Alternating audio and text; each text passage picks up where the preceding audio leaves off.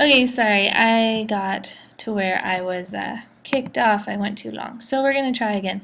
Now that we have this created, we're actually going to add some of this texture right down in here in this little guy's chin area. So as I said before, I'm using the healing brush tool, and I'm going to select this information with my Option Alt key, which is this key here, and select it and come up here, and I'm going to put it in under his chin so you can see where the plus sign is on the object.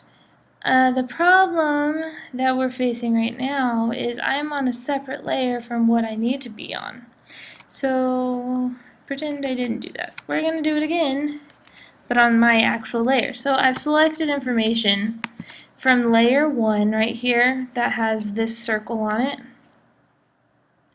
Selected this information, and now I'm going to the layer I'm actually editing, and I'm going to do this. So then it'll actually, blend with the background layer. So I'm going to add in some texture, some of our little guy's information here, and it's going to blend it back. So again, I want to kind of do a little bit of extra. I think that looks kind of cool. What do y'all think? I think that looks pretty good myself. Come in, go kind of around these dark spots because they're good for making the frog appear still to be the frog. And then I release and it has that look. So you see how it's pulling some of that texture into the frog. I don't like how it's not as yellow as it could be in some areas. I don't think it needs to all be that yellow, but I think I need to add in a little. So I'm actually going to pull just from here on this level, this layer, some of that information and put it in there. I'm using the clone tool, and I actually shouldn't be. I'm going to actually come back up here and use my healing brush tool again. Select this area, actually this area with the yellow, make my brush very small, and make a little edit. By doing that, I'm able to really control where I'm doing it. So, I think that kind of looks cool. We are able to come in now with the spot healing brush and come around the edges. I think that that's really important because we want it to be blended well. So I'm going to come in and clean up around these edges so it's not as stark of a cutoff. And really just get that to blend in. And that's pretty much how I got this image to look the way it does. Yeah, so we have, that's not turning out actually how I want it to, so let me come back in with my healing brush real quick. And capture a little bit more of this and put it in here. Oh, no, did you see what I just did? I selected information, but I'm on the wrong layer, so I need to go back to the correct layer to select this information. And there we go. Maybe, nope, and I did it again, didn't go back to my layer I'm changing. Ha! 2 mistakes, maybe you learned something from my mistakes. There we go. And so I'll blend this and make it very kind of part of it. Kind of making it look like in here, which actually I could probably pull some of this and use it as a transition between the blues.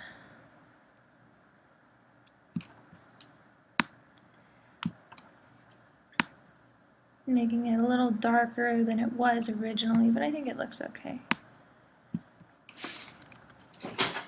And yeah, so with that like that, I think that that's making our fish frog, or our fish, look a little better. So we can now get rid of this little layer here. And that's pretty much how you're going to do your whole image. So this is what I ended up with here in my actual image that I would turn in if I were doing this assignment. I've lightened this image some. I'll show you real quick how you do that, and then we can say sayonara and y'all can get started on your project. So we're going to go up here to image, and there's auto tone, auto contrast, and auto color.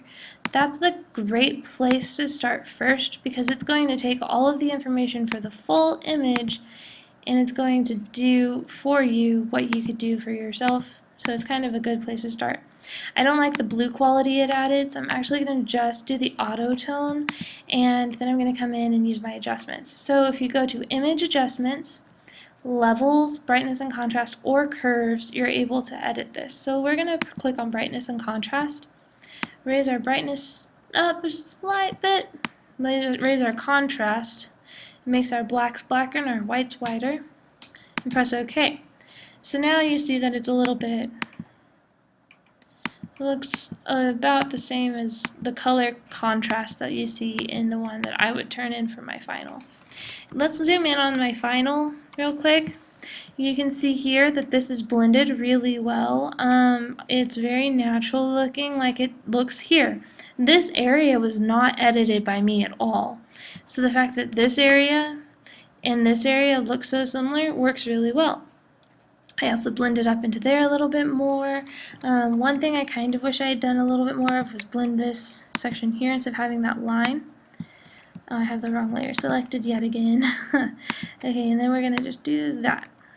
And kind of bring this to where it's no longer a part of that. Yeah, so like that. And then that makes it to where it looks like a real animal. Though it looks like a crazy animal, it looks real to me.